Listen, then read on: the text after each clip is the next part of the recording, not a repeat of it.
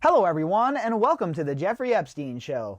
I'm your host, Bobbycapucci, and this is a morning update.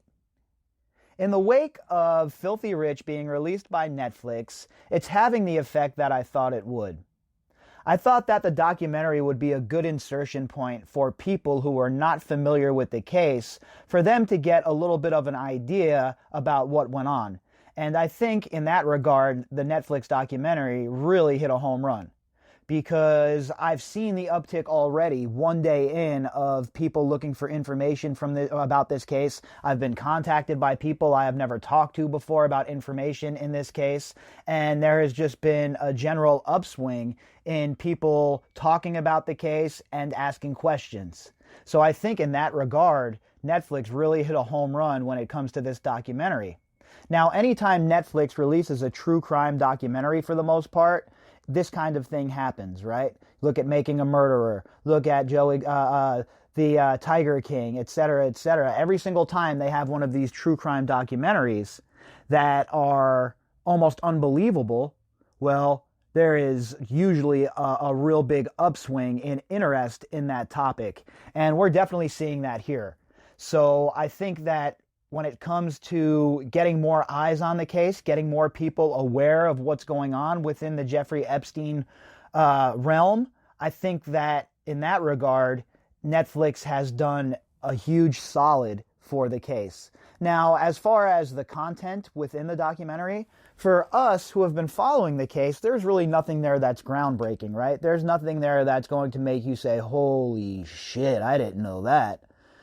But it is good information, and what I really like is that they personified the voices of the survivors, and the survivors haven't had that too often, right? Where their voices are personified and they're allowed to tell their stories, and it was some pretty impactful stuff. There was some moments in that documentary that really were pretty impactful, hearing the statements from these survivors, especially when it comes from their own mouths, right? It's so much more devastating to hear when you hear it from the person it happened to. And there is a lot of moments like that in this documentary, and I thought overall it was well done. Obviously, we're going to go deeper into it, and we're going to, get into the nuances of it and down in the weeds, but I didn't want to spoil it for anybody who might have been wanting to see it, who wasn't able to see it yesterday. So we'll give them the one more day buffer, and then it will be Dive In City. Today, we have an article from the Daily Mail, and this article was authored by Daniel Bates. The headline, Exclusive. Jeffrey Epstein had surveillance cameras hidden throughout his properties worldwide in a blackmail scheme to extort his powerful friends. Survivors tell new Netflix doc about the pedophile. Again, this is not something that is new information to us. But to the unsullied, the people that don't know much about the case, this is going to come as a bombshell to them, right? Why did this guy have his house all wired up? What the hell was he doing with all of these cameras in his house? Those are the questions normal people ask. Those are the same questions I asked when I first heard all of this stuff. Why in the hell would this guy have all of these cameras? And then it became the long winding road that led us to the place where we are today. All of the evidence points to the fact that this was an intelligence operation. And I know I'm in disagreement with a lot of my colleagues here and with a lot of people who study this case and this sort of thing. And a lot of people think it was the Mossad who played the lead role here. I do not believe that. I believe the Mossad certainly played a role, but I believe that the CIA is the big brother when it comes to all of this stuff. They're the big dog when it comes to intelligence. And I'm not going to let the CIA get off the hook by placing blame on a foreign intelligence agency. If you don't think that they were checking in with the CIA, if you don't think they got the go-ahead from the CIA, you have not been paying attention to what the CIA is up to. And it is quite obvious to me what was occurring here after you follow all of the evidence and you really immerse yourself in what went on. It is very, very obvious that this was a blackmail ring, this was a child sex trafficking ring, and most importantly, this ring was involved in the collection of information. And information is even more important than currency, especially to these people. And that's what it all boiled down to. And that's what all these cameras were for. The collection of information. Don't ever forget that point, folks. Don't ever forget that aspect of this case. The information to them is more important than any amount of money. Jeffrey Epstein's surveillance cameras were part of a blackmail scheme meant to extort his powerful friends, a major new documentary about the pedophile claims. And look, it's all the facts lead us to here, right? Why else would he have all of the cameras everywhere? Why else would he have every single room wired up for video? Why would he have an AV room?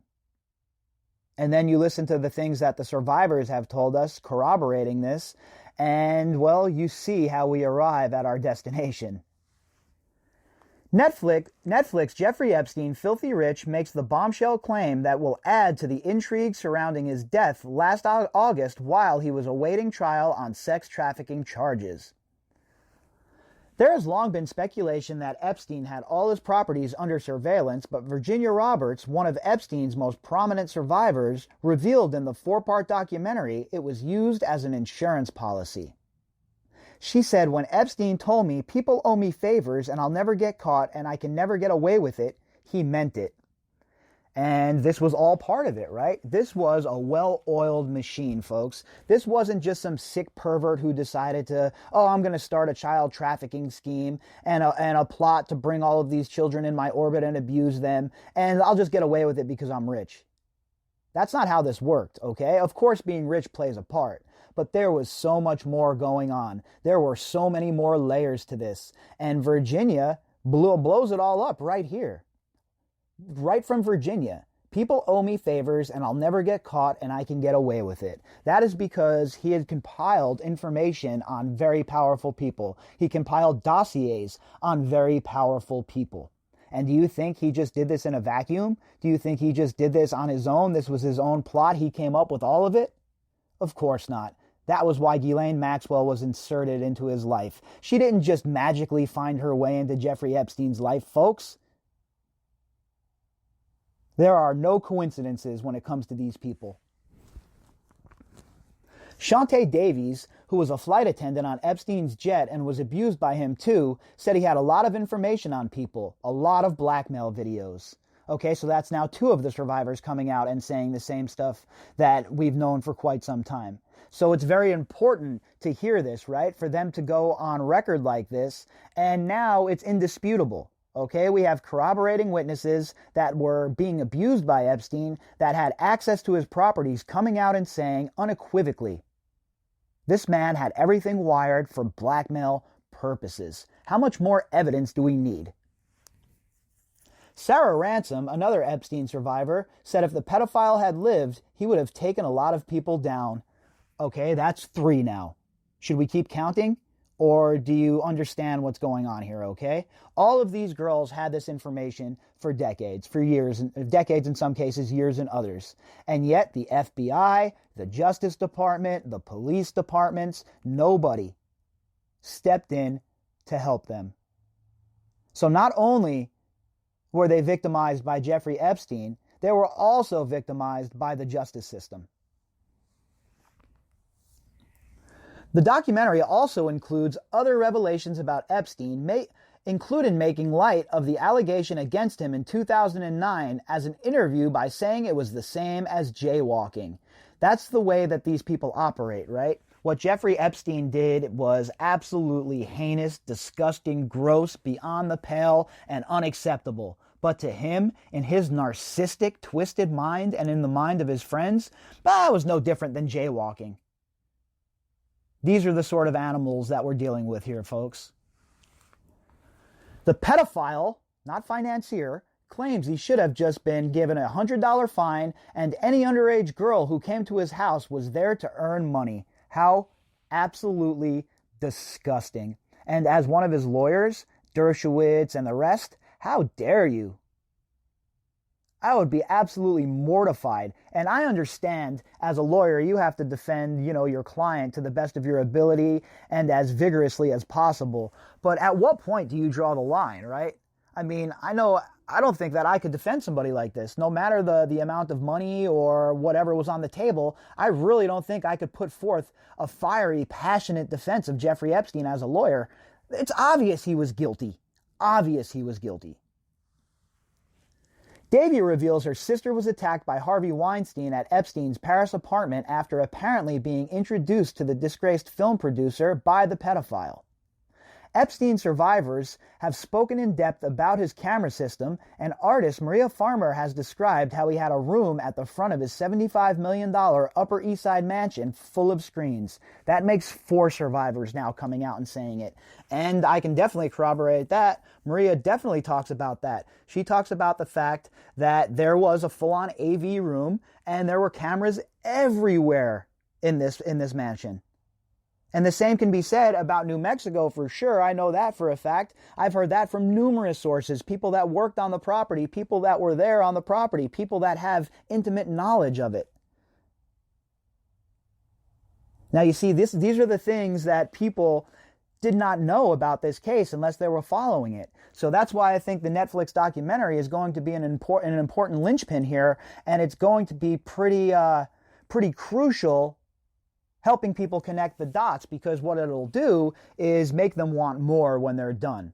And inevitably, that will lead to them doing their own research. And once that begins, you cannot come to any other place than a place of complete and utter outrage.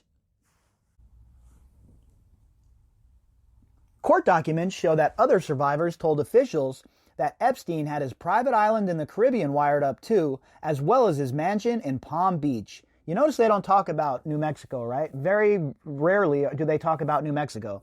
But I can assure you that New Mexico was a huge part of this ring, and I can assure you that New Mexico most certainly was wired up.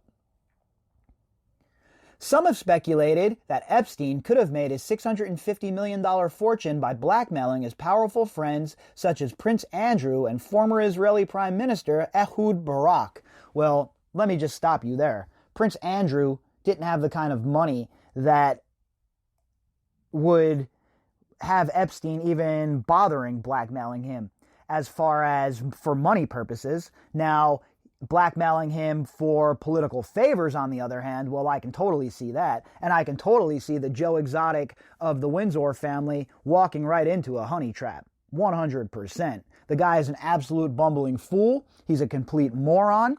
And every single word that comes out of his mouth is suspect, in my opinion. So I can totally see Andrew getting caught up in something like that. But there's no financial gain for Epstein to try and squeeze Andrew for money. That I don't see that angle at all. But when it comes to favors and stuff like that, 100%. Guaranteed.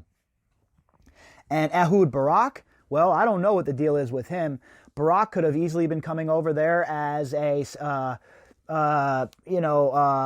messenger for the mega group. He could have been over there because him and Epstein have ties financially in other regards, and it could be something as simple as Barak knows that Epstein has what he wants, meaning young ladies. Simply, it could be that as well. There are many scenarios at play here, right? And we don't have evidence one way or the other going towards what the actual motivations were for these so-called friendships, but definitely blackmail could certainly be at play when it comes to someone like Ehud Barak as well, because a very powerful man, very connected, but at the same time, his ties to Israeli intelligence and the Mossad make him less of a target for blackmail and maybe just more of a participant in what Jeffrey Epstein had going on, at least the way I see it. Among others Epstein knew were former President Bill Clinton, Donald Trump, magicians David Blaine and David Copperfield, former New Mexico Governor Bill Richardson, and Michael Jackson. And there was a ton more. For those of you who have been following case, you have a list as long as your leg of people who were involved in this case. And in an interview with the New York Times journalist James B. Stewart, Epstein claimed to know a great deal about his powerful friends. Some of his knowledge was potentially damaging or embarrassing, including details about their supposed sexual proclivities and recreational drug use. Look, Jeffrey Epstein didn't have any friends, folks, okay? Everybody was either a target or a way to move himself forward. And that's the kind of person that you're dealing with when you're talking about Jeffrey Epstein. That's the kind of person that we're dealing with when we're talking about Ghislaine Maxwell. And information is the most important thing to these people, because with that information, they take over complete control. In the documentary Filthy Rich, which is based off of the James Patterson book of the same name, director Lisa Bryant describes how Epstein used a secret computer server and kept all footage under lock and key. Well, I think it's loosely based on the James Patterson book. I've read Filthy Rich, and Filthy Rich goes a little bit more into the Palm Beach scheme and scam, all of that stuff. It goes into that a little bit more deeply, obviously. And again, we have to remember that Netflix only had the 4 hours, right? So they fit in as much as they could, and they fit in the stuff that they thought was the most impactful. But of course, like anytime you have an adaptation from a book to TV, things are left out. The film shows Farmer returning to Epstein's New York mansion, where she worked as a receptionist and art consultant for a few months in the mid-90s. She said the camera room is just by the front door and is lined with lead, a precaution normally associated with nuclear fallout shelters. Roberts, who now lives in Australia, said she saw the room as well during the 2 years she was under Epstein's power. Now we have Maria and Virginia both coming out and saying this room's there. Two credible witnesses telling us about these rooms. And they've told us about these rooms prior to the Netflix documentary even. But again, it's very important to see that on film, to see it on TV like that. And it's going to really open up a lot of people's eyes, because a lot of people don't have the time to sit around and dedicate it to long-form entertainment or learning like a podcast. Most people would rather sit down and watch TV, watch a show, whatever it may be. So for those people who are more inclined to do that, seeing Virginia and Maria tell this story on TV is going to be very, very powerful in my opinion. She said, "I'm looking at the monitors. I'm like, that's my room. That's the massage room. That's my shower, and that's my toilet. That's everyone else's toilet in the house. That's everyone else's shower in the house." Every single corner of that house was monitored. He was watching everybody all the time. This was a blackmail scheme. All those powerful people abusing underage girls. When he told me people owe me favors and I'll never get caught and I can get away with it, he meant it. Davies told the film, "I'm sure many people wanted him dead. He had a lot of information on a lot of people, a lot of blackmail videos." And look, folks, this is all stuff that has been floating around out there, right? And if you're not following the case the way we are, you're going to miss this kind of stuff. So I think it's crucial. It is crucial that this gets out there the way it is right now. And I think as we move forward, we're going to see a lot more people being completely and utterly outraged by what occurred here. In an interview, Ransom said, "I think he would take a lot of people down. This wasn't just a ring for Jeffrey Epstein. This reached all over the world. He is a very small piece in a huge network." And I agree with that as well. I think that Jeffrey Epstein was just an asset. He wasn't the man behind the curtain. He wasn't the one pulling the strings or running the show. He was the acting street boss, the man put forward to take the fall if the fall ever came. And he did just that. Epstein was age 66 when he was found dead in his cell while facing 45 years behind bars, if he was found guilty of the charges against him. His death fueled conspiracy theories, and Epstein didn't kill himself became a meme because some believed the failings at the prison where he was being held did not add up. Some? Anybody with a brain, okay, Nothing adds up about the night of Jeffrey Epstein's death. Nothing adds up about the lead up to Jeffrey Epstein's death. Why was Tartaglione even in the cell with this man the first time around? How did the cameras not work? How did both guards fall asleep at the same time? How was a camera being pointed at the wrong block cell during the first attempt? See, these are all the questions that nobody has answered yet. And then they'll throw around the word like conspiracy theorists. Meanwhile, we all know this ain't no conspiracy theory, okay? This is a cover-up. At the Metropolitan Correctional Center in Manhattan, the prison guards allegedly failed to check on him the night before they found him. Instead, they are said to have spent the night surfing the internet and shopping for furniture. I guess prison guards are making a bunch of dough, huh? They get to shop for furniture, looking at dirt bikes, etc., etc. And they both just happen to fall asleep together at the same time? I guess it's the first time that's ever happened there then, right? In the Netflix film, Epstein's former lawyer, Alan "I Kept My Underwear On" Dershowitz, said Epstein thought his controversial sweetheart plea deal in 2009 was not great. More cover. He did. Come on, give me a break, Dershowitz. You're an embarrassment at this point, my friend. Dershowitz said he was pretty upset with his legal team and thought he could have done better. Shortly after, Epstein did an interview with former New York Daily News journalist George Rush, who asked him to comment on reports of his secret backroom deal. Epstein said it was total bullshit, even though the FBI had identified dozens of underage victims who had been abused by him. So even in Jeffrey Epstein's mind, even that sweetheart deal was not good enough for him. The fact that he was punished at all is the problem. A man like that should never be punished. That's the way he thinks. That's the way his mind works. And Dershowitz running cover for him here, oh, well, he thought it was a bad deal, and, we didn't really do such a great job according to Jeffrey. Such nonsense. Such nonsense. In an extraordinary outburst, Epstein said, "You'll find my penalty was harsher than anyone else who has ever been charged with solicitation of prostitution. Any girl came to my house was coming to my house to get money, to earn money. In New York, for the same charge, it's a $100 fine. That's the charge in New York City for this behavior."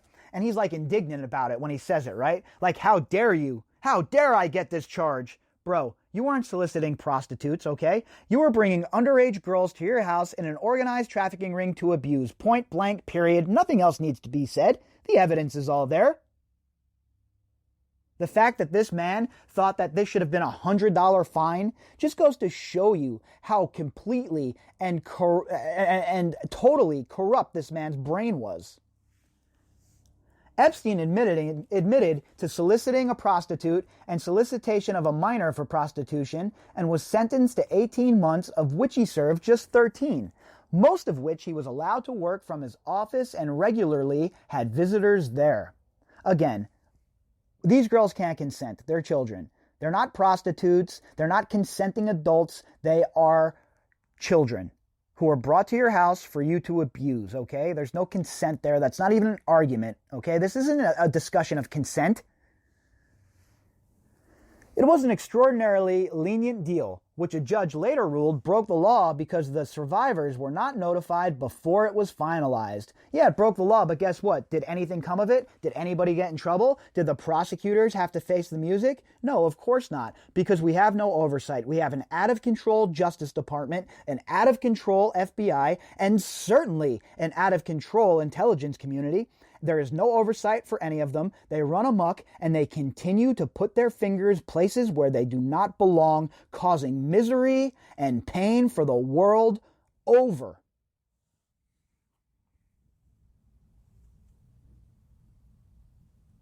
Up until 6 months ago, soliciting a 16-year-old prostitution was a Class D misdemeanor, which was a $100 fine, which is similar to jaywalking.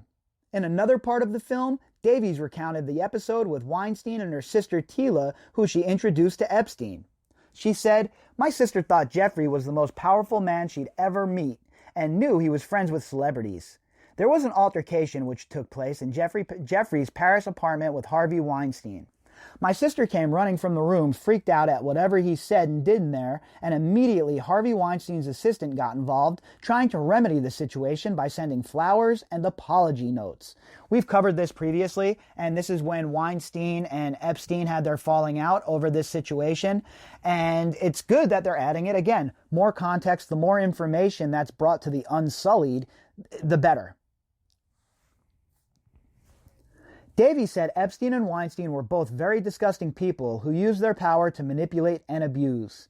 The two men were photographed at the 18th birthday party of Prince Andrew's daughter, Princess Beatrice in Windsor Castle, one of the British royal family's residents, in 2006. Now think about this, folks, okay? His daughter, the Joe Exotic of the Windsor family's daughter, is turning 18. And he invites Harvey Weinstein and Jeffrey effin' Epstein to her birthday? Talk about winning the Father of the Year award, huh? The Joe Exotic of the Windsor family is one of the most pathetic, disgusting human beings I have ever read about. And his disregard for the rule of law and his disregard for the survivors and what they have went through is something that is going to come back and land on him like a ton of bricks when all is said and done. Because guess what? The walls are starting to close in. And this documentary is just one of many bad days for Prince Andrew, Ghislaine Maxwell, and the Core Four that are coming in the future. Because this story is not going away. The information that has been leaking out in drips and droplets will soon be bursting through like a tsunami.